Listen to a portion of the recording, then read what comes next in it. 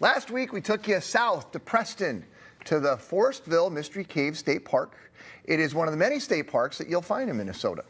This week, we're heading in the opposite direction to northern Minnesota. We are going to Park Rapids to Itasca State Park for 32,000 acres to explore, and it's worth checking out each season Minnesota has to offer.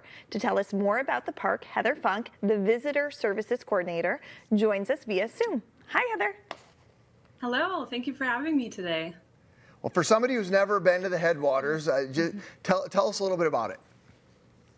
Yeah, so Itasca State Park is known for two things, one of which is the headwaters of the mighty Mississippi River, as well as the pine forests that surround it. So Itasca State Park actually was established in 1891 during the peak of Minnesota's logging era to preserve what remained of the old growth forests surrounding the headwaters of the Mississippi River. If you come today, you will still see some of those very old trees. They are an impressive 200 years old and they tower above the rest. So the pictures that we just were showing was people walking across some rocks. Like this particular shot right here, that's actually you're crossing the river itself right there, the headwaters? That is, yes. So that is where the Mississippi River flows out of Lake Itasca. It is quite a contrast if you were to see the river south of here. It is shallow, it is narrow, and it can be walked across. And it's a very popular pastime for our visitors. Those rocks were actually placed by the Civilian Conservation Corps in the 1930s. Yeah, I was going to say, that would be weird. They were just sitting there like that. That's, so, okay. Yeah, that makes sense. Really cool. Smart move. Smart move. That is really cool. Well, tell us, Heather, people love to climb the 100-foot tower, fire tower. Tell us about that. Oh, there it is. There it is. They climb that? Yeah, what? Yeah. So hopefully you're not afraid of heights. The fire towers in the past were used to detect wildfires for wildfire suppression. It's not used for that anymore. Now it is just a popular attraction, especially as you can imagine in the fall season. Yeah, talk a little bit about fall, because I do hear a lot of people, they like to make the trip up during the fall just to see the leaves. Because I mean, the shots we're showing here, very pretty on the screen right now. Yes, it is beautiful. So our peak time for fall colors is around the last week of September into the first week of October. Although that varies just depending on the weather conditions. But no matter what time you come in the fall, you're going to see the great beauty of Itasca State Park. So it does get very busy on the weekends, but it's still a great time to visit. So if you come up, are you camping no matter what?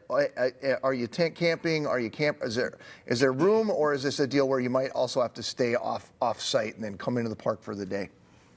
We have so many campsites as well as lots of lodging options for our visitors. So we actually have 245 campsites. That's within 2 campgrounds. That also includes 11 backpack sites. And then we have a whole variety of lodging options. I mean, it looks amazing, sounds amazing. I love camping. This is something I'm definitely interested in, especially going during those fall months. Can you tell us about the historic Douglas Lodge? Yes, that is another one of the many popular things to visit while at Itasca State Park. It was built in 1905, so it was one of the first structures built to accommodate the visitors to the newly established Itasca State Park. Currently, there is still lodging within the lodge as well as a restaurant. Oh, it looks super cool. Is it like log cabiny and stuff on the inside, I assume? Yeah, it was actually fashioned after Old Faithful Inn at Yellowstone. Oh.